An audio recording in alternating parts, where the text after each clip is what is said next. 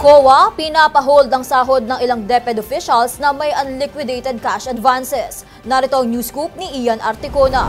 Pinahold ng Commission on Audit ang sahod ng ilang mga opisyal ng Department of Education na nabigong i-liquidate ang cash advances na nagkakahalaga ng 6.96 billion pesos. Kabilang sa mga major deficiencies na nakita ng komisyon ang pagbibigay ng cash advances ng walang tamang pahintulot, paglilipat ng pondo sa pagitan ng mga accountable officers at pagbabayad ng mga gastusin tulad ng service recognition incentives sa pamamagitan ng CAS sa halip na direktang pagbabayad. Batay sa datos ng COA, ang mga rehiyon na may pinakamataas na liquidated balances ay ang DepEd Central Visayas na nagkakahalaga ng 1.31 billion pesos at sinundan ito ng DepEd Eastern Visayas na mayroong 1.01 billion pesos na unliquidated balance. Dahil dito, naglatag ang COA ng ilang kondisyon upang masolusyonan ang nasabing usapin.